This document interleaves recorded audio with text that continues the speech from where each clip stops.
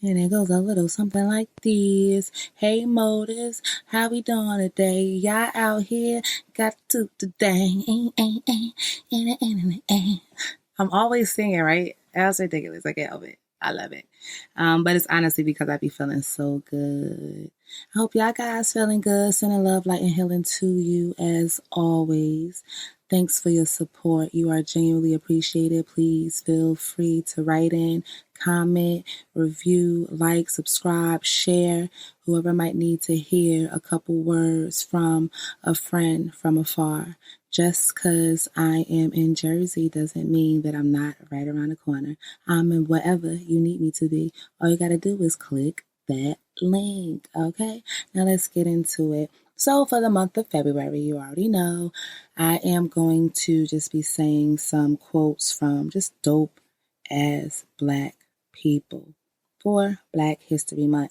So today I have, when you love a man, he becomes more than a body. His physical limbs expand and his outline recedes, vanishes. He is sweet and rich and right. He is part of the world, the atmosphere, the blue sky, and the blue water. And that's by Gwendolyn Brooks. And I think that's so dope, and it goes right into our episode today. And we're going to be talking about vulnerability. I was on Facebook late the other night, and I'm always up late. Like, that's when my creative juices start flowing. That's just what I do. And y'all know I'll be having these squirrel moments, so by now y'all should know that I don't be meaning it. But I do be having some good insight when I do have those squirrel moments. So back to the program. I was up late, and I just noticed it was really, really late, maybe like 2 or 3 o'clock in the morning. And I was scrolling on Facebook. I had already created my little memes and stuff, my content to post. And it was just a lot of men on there, like a lot of men. And it just made me realize that it was a lot of heartbroken men out there. So I just simply posted, it seems like men familiar with heartbreak are all that's active right now. It's women that love you, kings. Work on you until you can reflect the type of man you want to be for the woman you want to attract. And a couple of guys put up some hearts and stuff like that. And, it just made me feel bad because a lot of times, all we do is want love. We want that unconditional love. We want the love where, they know when we're off. They, just come and hug us when we need it. We break down and cry, like all the little movie stuff. Like, people might act like they don't want that movie love. We do. We do. There's nobody out here that says, absolutely, you better not love me unconditionally. Why would you do that? I don't deserve love unconditionally. Now, it is some people that do genuinely feel that way, and that's another story. But all in all, everybody wants to be loved. As humans, that is what we want, and, it made me feel bad because a lot of the times we repeat the cycle over and over again because we're not giving ourselves enough time to heal, to process that hurt, to be able to pick away what we want to take and apply to the type of person we want to meet next and what we don't want to attract anymore as far as the negative things that we saw in that X. And, people don't understand that X stands for example. X stands for experience, also stands for excruciating. It's like, I'm just kidding. But, you get what I'm saying. X is for a reason. And it's like, I have literally seen as I started dating and having relationships, the quality of my relationships, got better. Now, it might have been things that I didn't experience before that made them less favorable than other relationships. But as far as like the caliber, stuff like that, it consistently grows as I meet people and I date, because I'm able to take the things that I do like out of these experiences and leave the things that I do not like out of those experiences, right? So, There might be a guy that didn't really have much time for me, but when he did, we would go hiking, we would fish and just spend hours, like the entire day together, just doing nothing. And I never knew I liked to fish. I never knew that I enjoyed hiking. I did with him, and that's what I found out. So that's something that I actually tell people I enjoy doing now, and that was a very positive experience, regardless of the overall experience I had with him. That was very positive and something that I added onto the things that I liked, because he exposed me to different experiences. And when you're with people that expose you to different things, it allows you to be a more rounded person. You honestly don't even really know if you like something until you try it. Like a lot of the times, oh, we don't like this, we don't like that, but you don't know if you don't like this or like that. A lot of the things that we don't like off bat is because of our families, or somebody else has some kind of stigma about that, so automatically they put that shit on you. But do you know if you genuinely like something or not? Do you physically try stuff to see if you like it or not, right? So anyway, I want to know, have you ever been with someone that knows your deepest, darkest secrets, experiences, embarrassing moments, things that you never told anyone else? That's vulnerability. That is vulnerability. I remember those people. I remember people that were genuinely just raw with me, like, they telling me all of that, but they felt that comfort being around me, and they felt that they could release and vent and express themselves to me because this was a safe place. So I always welcome it. And I'm not a snitch per se. I hate the word snitch, but when it comes to stuff like that, when somebody pillow talks to you or somebody tells you something that is very near and dear to them, you should not be running around telling their business, because how would you feel in that situation? And that's how I look at it. It's people out there that told my business. They try to shout that shit across the mountains, honey. I don't care. People still like me. I'm still me. I'm still dope. I didn't lose anybody because you said that. You know what I mean? People still want to be around me. People still in love with me too. It was good, but it just speaks volumes for that person's character, because instead of reflecting, they're deflecting. And it just shows how much growing they have to do. But as always, since I kill them with kindness, it's always love, light, and healing over here, babe. I don't hate anyone. I don't have any negative feelings towards anyone. You could do better. I ain't going to tell you that. That's your life. But I am going to remove myself from the situation. And it's as simple as that. But when you're with somebody that you love and you care for, and you have that relationship with them, how vulnerable, is that person able to be with you? So just think about your whole circle, everybody around you, your closest family, friends, whatever. Are they vulnerable with you? Do they talk to you? Is it only like, when you're celebrating, or can they call you and be that, and you be that shoulder for them to cry on?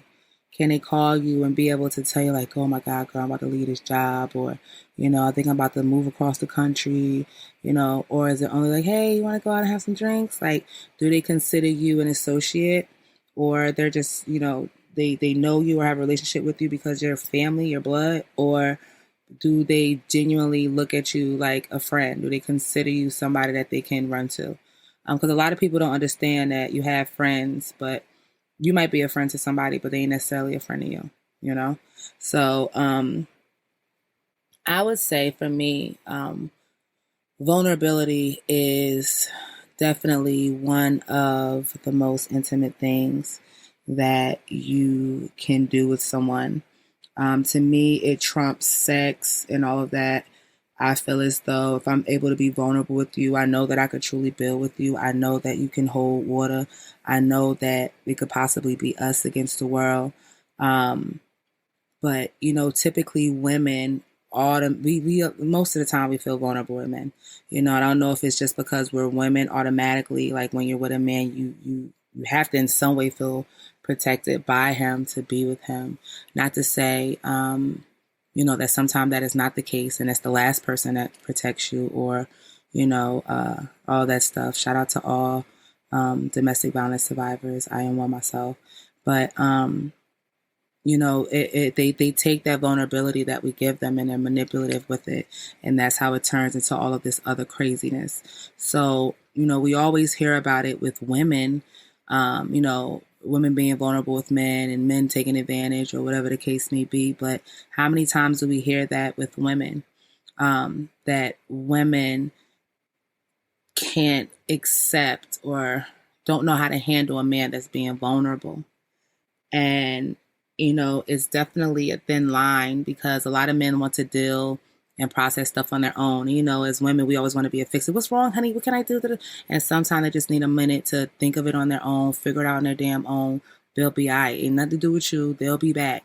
But also, I don't think sometimes as women we understand when men are crying out. They're not physically going to cry out like us. They're not physically going to express why, they're mad at their best friend and all that stuff. But, you can tell by your man's body language if something's going on. And I must say, like I was saying before, my most intimate moments with men is when they were vulnerable and able to cry and just genuinely go through whatever emotions that they were feeling. And, that was some of my most memorable experiences and relationships with the opposite sex. You know what I mean? Because here this man is on the outside, he's a man. He's doing everything that he has to do. He in every aspect of being a man, he is showing up. And for him to cry to you, simply crying out for his lost loved ones, because he feels so alone and stuff like that.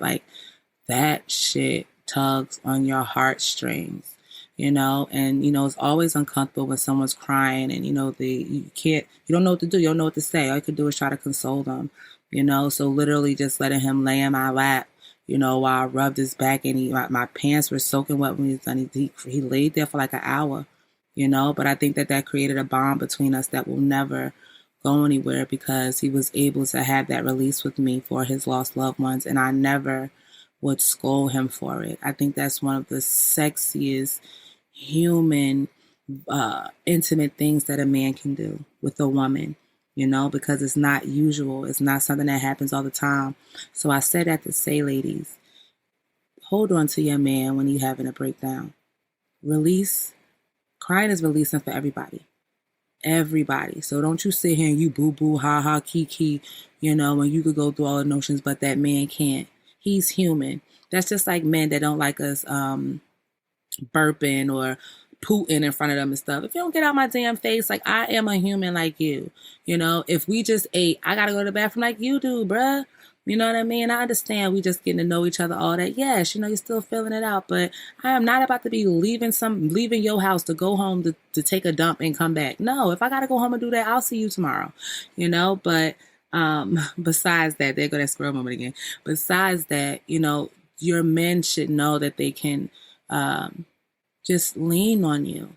It's just like I was saying in the episode before this with AJ Nothing But a Number. People have to know that you're there for them. People have to know that no matter what, they can open up to you and be themselves. They can release, built up frustration. They're fighting the world. They come inside and they should be able to, just be themselves. They shouldn't have to come from outside and fighting the world and they got to fight you too. Not to say if he ain't doing what the hell he got to do, you don't got to put him in his place. Because that go both ways. Everything that I'm saying can go both ways. Please don't run with it, men. Please don't run with it, women. But for those that know, some of these hit home for some of y'all. So you know. And at the end of the day, if it did hit home, it just means that you need to check out your home a little better, a little more. You know what I mean? And really dig deep as to why you feel that way. And you can sit here and cry and boo-hoo or whatever. Or, you're just emotionally unavailable. And a lot of men are actually emotional unavailable. So that's something that we don't experience because of that. But I think that's why it's so important to me. When a man is emotionally available and he's venting to me, that means everything because he's available and open to his emotions. He's tapped in. If a man is ignoring his emotions, those emotions are just suppressed and then turns into trauma. But if a man is processing his emotions, that those emotions are not stored and does not become trauma, he is letting them go. And all you got to do is help him and just sit there sometime and just be quiet. You don't always have to sit here and talk to your peoples or whatever. Sometimes y'all just being around each other is all you need. I'll sit here and be quiet with you in a minute, sit here and journal, write in my book. It's our presence, it's our energy that we can feed off of. We don't have to actually say something all the time to get that. So, how important is communication to you? Do you feel like with communicating that plays into the vulnerability and the intimacy and all of that stuff? To me, I do think it's very important, because if you're unable to communicate, then the vulnerability won't come into play. You're not going to be vulnerable with somebody that you feel don't understand you or can comprehend what the hell it is that's coming out of your mouth. So communication is huge. I wish I could have the word communication tattooed across my forehead, and I would change my name legally to communication if it meant that people would know to communicate when they talking to me. Because I'm going to tell you how I feel. I'm going to tell you what I'm thinking and all of that. And we could agree to disagree, but you are not going to sit here and shut me up, and I'm not going to express myself. Because if I feel that way, then I'm not going to say anything. Hence, we're not communicating and we're not friends. This ain't that. So, can you talk to your significant other about anything? Because again, if you're not communicating, then it's mad stuff that your significant other doesn't even know. And how significant are they if you can't even talk to them? How significant are they if they can't come to you and apologize about some shit they done did, knowing that they did it and it probably bothered you? How significant is this person if they consistently do shit that they know they shouldn't be doing? And of course, we got free will. You can do whatever the hell you want. But all I know is that if I care for somebody, I'm not going to consistently do something that I know that they don't like. And again, with communication, I should know what that is because they told me. Y'all don't hear me though. Y'all don't hear me though. Y'all don't hear me though. I be truly want to know. Because to me, I could sit for hours and talk to my people. Like anybody that I've been with, for the most part, we sit and we get down and dirty talking. Like I know all kinds of weird things. They know all kinds of weird things. I even have a game that I play that makes us ask questions about each other, just to get us out of the box and, just add value and variety to our conversations. So I'm all about that. And, sometimes when people are emotionally unavailable, they don't even understand that it's certain experiences that are unable to play out because it's not possible without being vulnerable.